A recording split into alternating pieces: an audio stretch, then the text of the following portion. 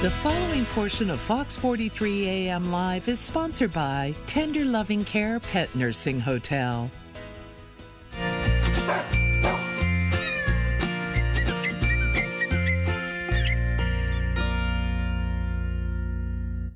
And joining us once again is Leslie Frange with Tender Loving Care Pet Nursing Hotel for our latest edition of Everything Pets. Leslie, good morning. Good morning. And today we're talking about the 5 mistakes dog owners make and how to get them right. Right. I'm already in my head. I'm thinking, okay, what have I done? And I feel bad to say mistakes, right? I do. It's not, you know, a mistake. It's just, it would be so much better if we did better with our pets. Yes, right? So even if it hurts our little hearts. Exactly, because we want them to be in great shape, to stay with us for a long time, and to be good pets. Exactly. So let's start with the first one. What is the first mistake that we're making with our dogs? Well, do we have the visual today? I believe we have the list. We have the list, yes. Okay.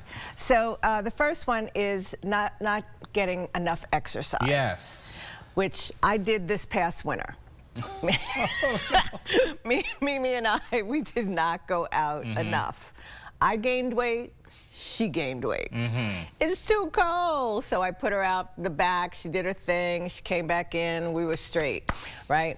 But when you don't walk them and take them on a regular walk, guess what? They gain weight. Yes. And you know what happens when they gain weight? They start getting things like arthritis. They become obese. They become used to food. That food is their friend and food is love. So we give more food.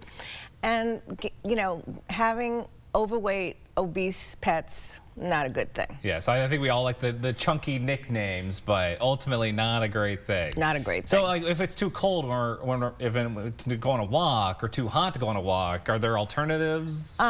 Well, first of all, if it's too cold, right, then no. I mean, you know, and too hot. You know that's not a good thing, right? We don't want to hurt them. So, yeah, you know, you got to kind of put them out. Play inside, I hope. Play inside and give them that kind of exercise that they would have gotten if they were out for their walks. Yes, get them active, I think. That's what we always try to do. We try to get them active the best we could. Yes. Get them active. Yes, okay, so second mistake. What are we doing wrong now?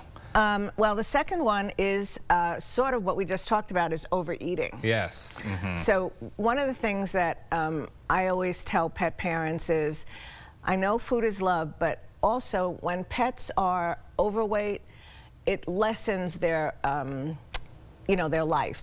You know, they don't live quite as long, because just like humans, when pets are overweight, they start getting diseases, whether that's, you know, kidney disease, liver disease, heart disease, cancer, whatever.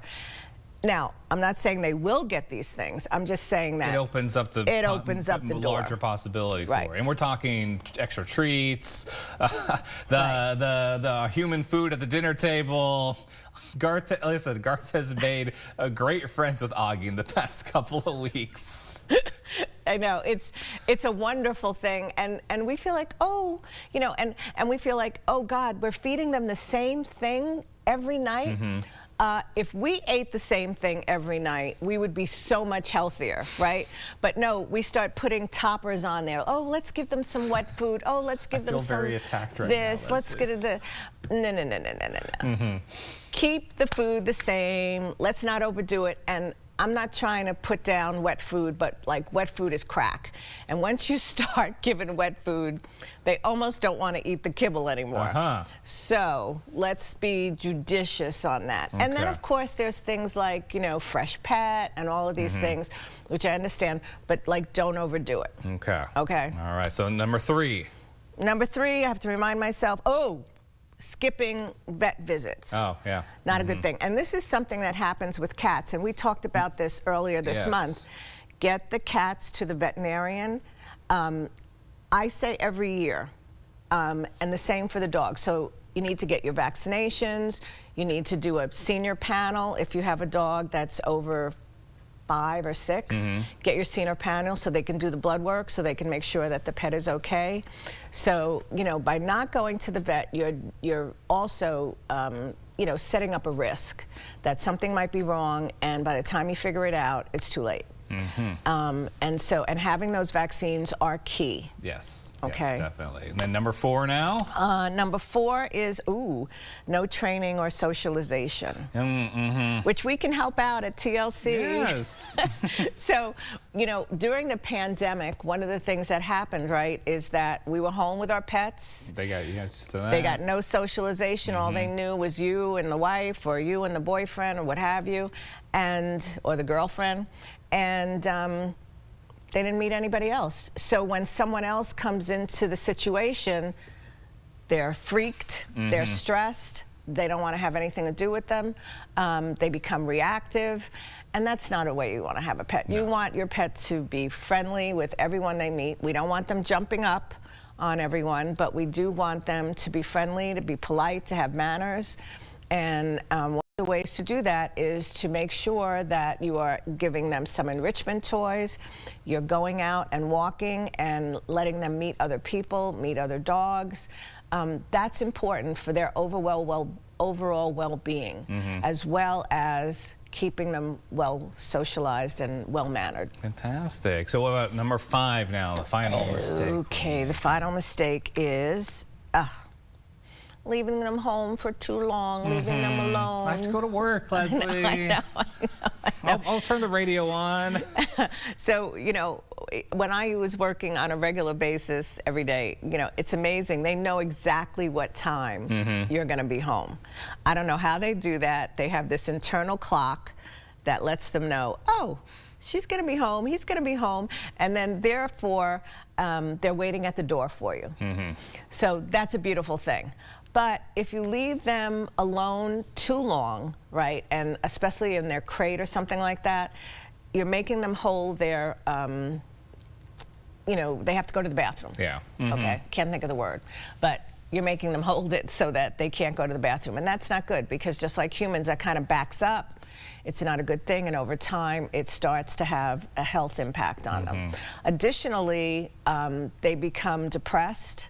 And they start having behavioral issues. So we want to make sure that even if we have someone go in and check on them, someone to come in and let them out, that is a much better way. And then when you get home, they're going to be thrilled and happy to see you. They're not going to be depressed. They're not going to have messes all over the house, and that's important. Fantastic. I know over at TLC, people, you guys can. Yeah, we do a lot. We do a lot of socialization. We do a lot of enrichment. The socialization that we do is really with people, because we have more of a one-on-one situation, whereas other doggy daycares, they do a great job with facilitation. So much fun with all the dogs playing having, around, yes, socialization with a whole lot of dogs. Unfortunately, a lot of the dogs that we have are not socialized with other dogs, and so it makes it very difficult for them to interact with other pets. Well, it's great with what you're doing to help all the pets out there, Leslie. Thank you for having me. Well, thank you so much for joining us this morning. It's been a pleasure chatting with you, and I'm glad that we can all. The mistakes feel like we can all correct them. They're all correctable. They're things that are just important for pet ownership. Oh, 100%. Let's call it that. Yes. Leslie, thank you so much for joining us this morning. And everyone, to learn more about tender loving care, you can visit tlcpetnursinghotel.com. The preceding portion of Fox 43 AM Live was sponsored by Tender Loving Care Pet Nursing Hotel.